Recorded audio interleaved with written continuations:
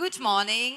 I'm Lach. While the slide is getting ready, I think I'm just going to spend some time introducing who I am and what I do. I'm a cross-border ecosystem builder. I started my entrepreneurship when I was 21 years old, which was 13 years ago.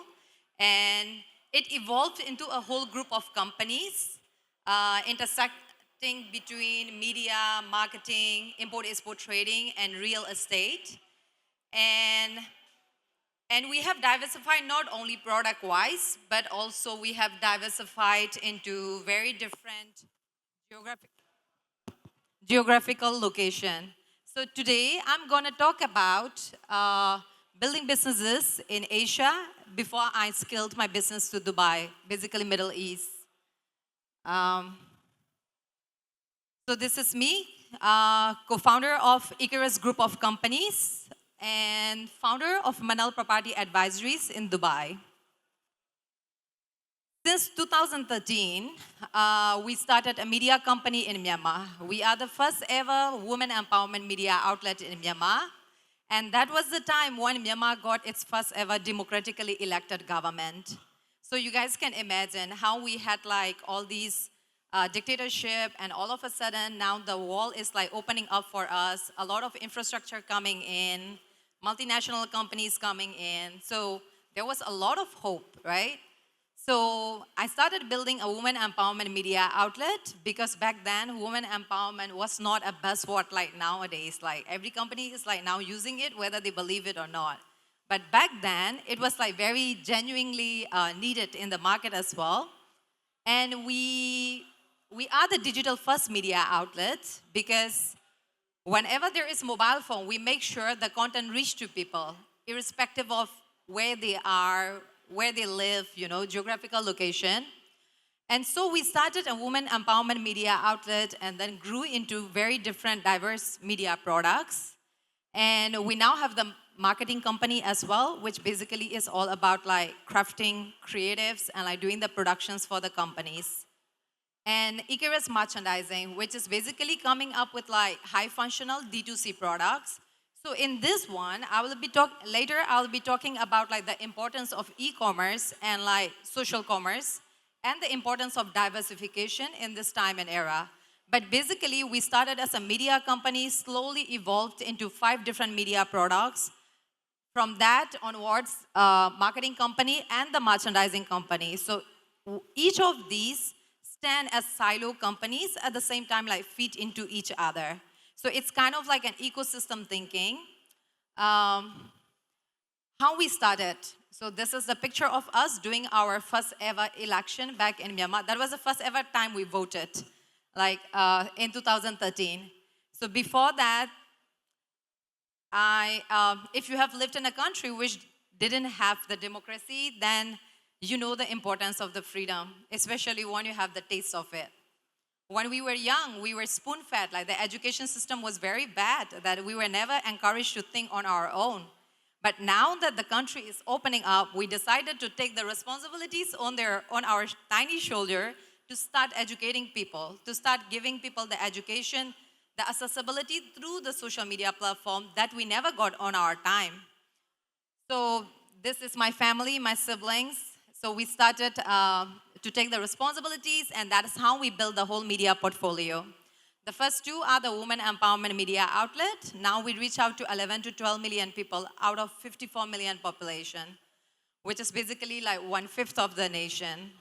And grew into like e-learning platform as well, because upgrading the skill is very important, and especially to provide the future quality workforce in the market. And slowly we grew into parenting lab as well, which is all about educating parents, children, and the educators. And the Baniya, which is basically all about, we talk a lot about women empowerment. This product is particularly exciting because this product is for the men's mental well-being, which is rarely talked about. We talk about equality a lot, but we don't provide the same kind of resources to men as well. So we grew into different media products and different products. And it was like gaining really great traction. Like the company was growing at the pace at which our nation was growing for the last 13 years.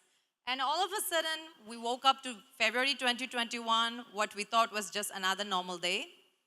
But the coup had happened in our country. So it was political upheaval. So we were basically at that point waiting for our new team members to join to scale the business. Like the plan was solid. We could smell the money because, everything was solid. But you wake up to something that you never take into account, which was the political crisis. And until then, I never used to take geopolitics into account. I thought like if you are ambitious, if you have good plans, if you have good people to execute things, basically success is there, right? But apparently not. There are so many like social factors, social economical factors, geopolitical factors that somehow start making me think like beyond the country that I was operating in. So this was the first ever time. I think like this was all over the internet. Basically, I think a lot of people have come across this. This was the very morning when our country went through the coup. So what happened afterward? Like basically, I didn't know the magnitude of how it is going to affect me personally as a founder or my company. The things that I have built since I was 21 years old for like the whole of my teenage 20s, right? There were like mass exodus of the companies. Companies started leaving the country. So basically, if you guys were around in the panel yesterday, we were talking about how Vietnam is going through a very exciting time right now with the transitioning, right? So I have seen like what happens when there is the possibilities for the acceleration for the market, and what happens once you miss the, the acceleration and like the cost for the country as a whole. So what happened was like there were mass exodus, people started leaving. In 2021 alone, we had like 1.2 million job losses. That is huge, right? Imagine the impact on the GDP. And economical shrink. In order for the electrical rationing, they started cutting off electricity and everything. And the internet blackout. Obviously, there was no more the freedom of expression that I started this very business in the beginning with to enable much more freedom. And then we started having conscription law, hyperinflation. The inflation was crazy. Like, though the wages were not increasing, like the value of money was like really like inflated. So that started making me think like, wealth or a business tied to one system is not future proof. No matter how good you are in doing business, or no matter how much possibilities that you see in the country. So that started like pushing me to start becoming a founder who is not only thinking within the comfort of my country. And then I started thinking, what can I do? So I started getting invited like because I survived the businesses through both like COVID and the coup, right? Which was a bit tough, especially the coup.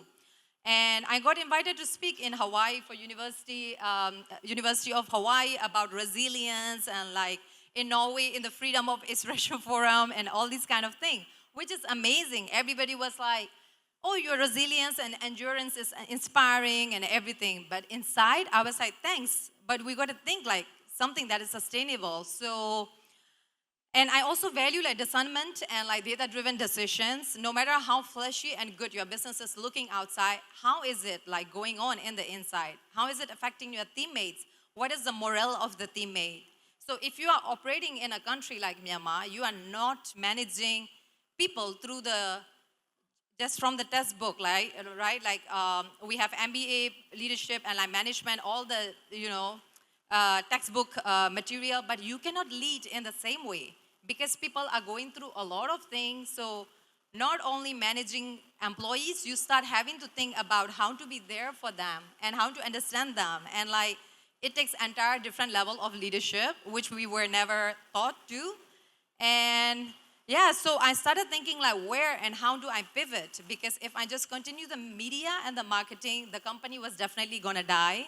Because for the marketing, a lot of people were struggling because they could no longer do the import-export because a lot of the regions were going through roadblock and like, conflict in the region. So products were not arriving on time, and clients started leaving like one by one, the clients that we have built for like 10 years.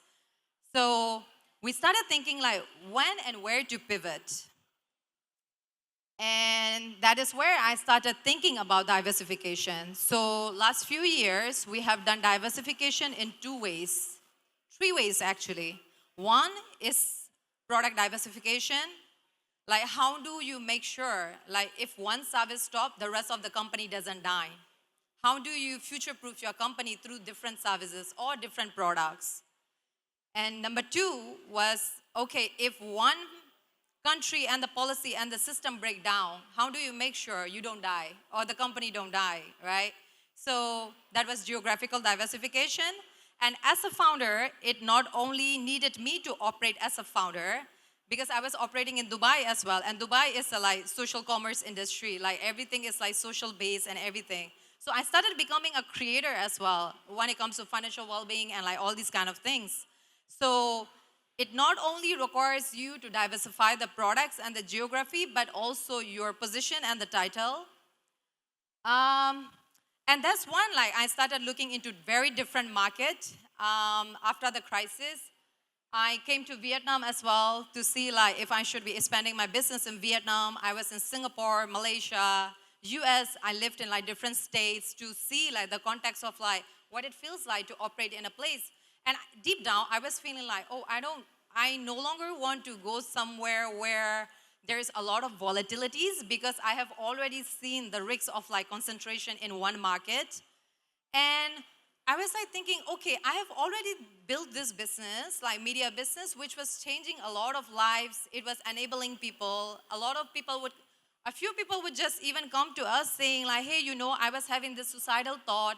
After reading your content or through your media platform, it helped me like get through this and that.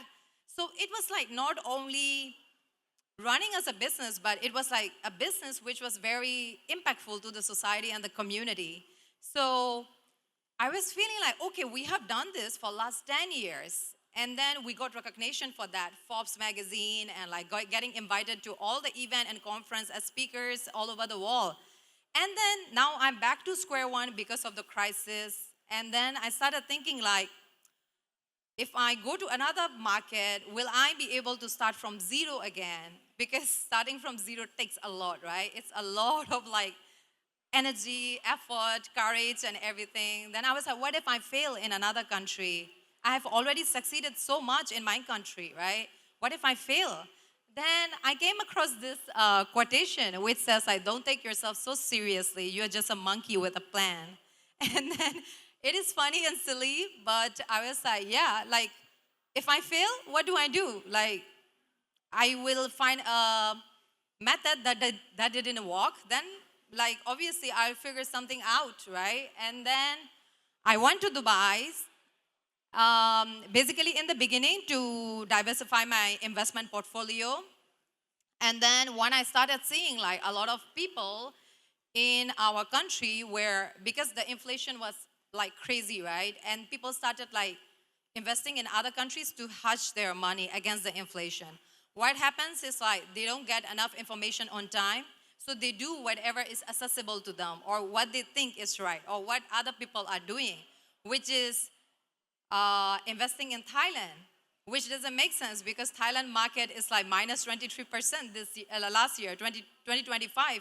And people think like Middle East is too far and like they have so many prejudice. So what happened was that I flew into Dubai and then I started looking into like so many like investment options and everything. And once I started like to see what is helping for me, that is when I decided, okay, like now this is working, like how do I make sure I help other people? And that's how I started like Manal Real Estate Property Advisory. Basically, while doing the media marketing as well, I was doing my own investment portfolio. That was for myself alone. But now I was like, okay, I'm going to help other people to hedge their money against inflation or to make sure like they have good wealth structuring. So Manal Property Advisory was born that way.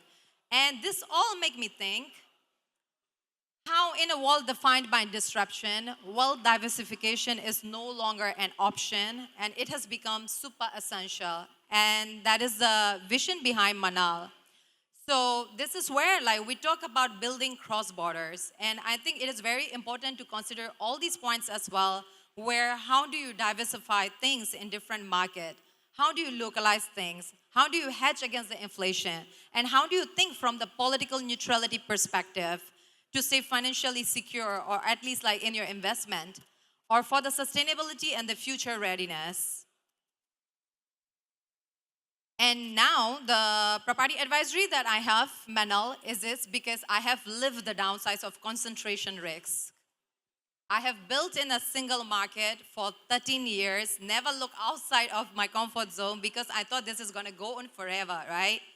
But no, like there are so many risks that are there. So at this point, I just don't build businesses like we don't just sell property, we design cross-border confidence for people. Even if like something happened in the place that they are operating, at least there is something else so that they don't have to start from zero.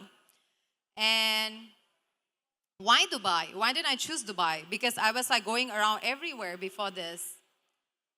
The market GDP is like projected to be 5.6% this year, 2026. And I like the way they run the country with like, as in a way a visionary person would run a company. It is always planned, engineered. A lot of people look at it as like fleshy and fake kind of thing, but I like the leadership in the way it is like very planned, engineered. And I think that is the structure I like leading my company with as well. And I have seen like what it feels like, stagnation that I feel when, things are not moving. So like in this place, there is like, the market is very interesting. The market is growing. So I decided to take a jump here, especially like the population is growing as well. So when the population is growing, the policies are favoring an investor, and the market is safer than where I come from, then obviously I think it makes sense to start diversifying into this. And also, first ever time in history, we always used to grow up as Southeast Asian people. A lot of us used to grow up thinking like, oh, we want to move to the West. We want to go to US, Europe kind of thing. But I think first ever time in history, we are seeing a lot of Western or like American people moving towards East, and mostly they are choosing UAE because of tax incentives. And then the 10-year golden visa, which might not be meaningful for people who hold very strong passport, but from ASEAN countries, we hold very weak passport, and we know when your country go through a lot of volatility, it becomes very important for you to have another foothold or the positioning so that like you don't become like unsettled, right? This is super important. So I started looking into the 10-year golden visa, stable currency, global investor liquidity. We invest, yes, but how do we liquidate if we have to, right? So like all these financing structure, the country has already in place, which was very interesting for me as an investor or the founder, and the political neutrality. So I think like so far what I have shared, you guys might have already seen the thought processes, how I started from a media company, thought that would go on forever, but like evolve into very diverse products, like now geographically operating between Myanmar and Dubai. Product-wise, media, marketing, merchandising, real estate.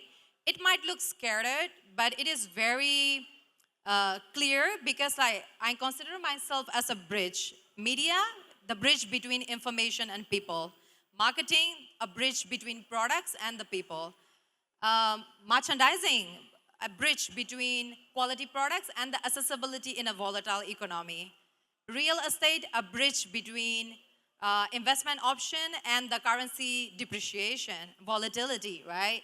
So basically, I consider myself as a bridge. And founder, operator, creator. I think my time is almost running out, so I'll quickly go through like the steps of like what walk. I normally call it like social commerce, turning followers into customers. Like people these days use a lot of social media. When people are giving attention to you, they are basically saying that if you help me solve my problem, like I'm gonna give my attention to you. And attention is the new currency in this time and era, right? So what they are also saying is my problem is your business opportunity if you know how to use it wisely. So traditional expansion used to be local distributors for the products, heavy marketing budget, long-term trust building cycles. But in this time and era, all this volatility and everything, I think we have very little time for that. And with the tech integration and social commerce in place, we have already bypassed like traditional gatekeepers. For my merchandising business, right, 80 or 90% of our sales come from our social media alone. So it is no longer the way we used to like, go around distributing products and everything. And it scales faster across border. Now I live in Dubai, but like, my team are like doing the sales and everything through the infrastructure that we have built back home. So it's no longer like restricting me or like my teammates in a geographical location, which gives a lot of freedom, I would say. So a creator with trust can enter new market way faster than a company with a license. So recently, before flying into for this event, I recently closed like multi-million dollars worth of a project. And you guys will be surprised to hear that the investment was done thoroughly through like phone call. And this guy hasn't been to Dubai. And what I want to convey is like the level of trust you can create if you know how to utilize the social media in a very good way. It is no longer like you have to have big budget or like, big investment spend to create something or to create a company. So these things are possible. And okay, 3 minutes. Okay, so the convergence, diversification and social commerce. Diversification without distribution is fragile. Social commerce is the distribution. So when you layer social commerce on top diversification, media is there to build the trust and the credibility. And the creator presents, amplify the outreach and what you are talking about and the contents and everything matters a lot as well in the way you create the trust. And the commerce convert the attention into revenue. And then geography becomes secondary. It's no longer like limited to one geographical location. So these are some of the tools like you can look into for the creator economy market map. And the creator economy is like massive as well. I bet like majority of you already know Mr. Beast, how he grew the like attention people has on him into like money printing machine, right? And if we can like look at it, he has already like, he started as a YouTube blogger. Now he is a very savvy businessman creating all these festivals and like products. So that basically means like, what do you do with the attention that you are getting? How are you diversifying your product? How are you diversifying into like your business into like very different geography and everything? So I think this is one of the very good case studies, and it rings like it feels like very resonating with my with the way I build the businesses as well. I'll just skip this because I think we are running out of time. And the last thing I would like to say is like, in order for all those things to happen, it is very important to build community, especially when you go beyond border. If you are based in Asia or like, don't think about like only, I'm building business, that's it, like this is only for money. But like sometimes you got to build the community. You got to understand the people at the end of the day, because we are here to serve the people, right? So how do you not just build the company or the community? How do you serve them very actively? That is where is the best place to find the need and the utility? How are you going to serve? You are going to serve only when you are providing a need or a utility to them. And how do we do that? Through the community. And the community is mostly formed through the shared values, shared interests, shared stories, shared output, economics, rituals, belonging, or needs. I think this event is a perfect example. It's the tech and like scaling businesses brought us all together as a community. So this is a shared interest, right? So how do we create that? And niche also doesn't necessarily mean the market is small. We can go into very different niche market. For example, like even for the mom, like you will say like mom, but there are moms, big city moms, corporate mom, fit mom, all these things, right? So this is basically only one example, right? So there are like, niche doesn't mean like it is limited. Niche means your focus is clear. So yeah, value is in the utility of others. Find out how to make 10 people happy, serve 10 clients, and then slowly grow into 100 clients and 1,000. So until to the point that these people are no longer just your audience, but your fans. Fans who are like crazy enough to give you $1,000. Imagine like if you have like 1,000 true followers who are giving you $1,000,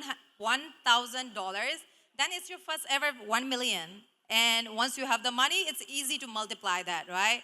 So I think this is the power of like social commerce, which is enabling a lot of cross-border scaling happen in our region and especially in volatile economy like ours.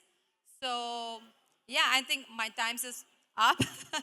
So yeah, thank you so much.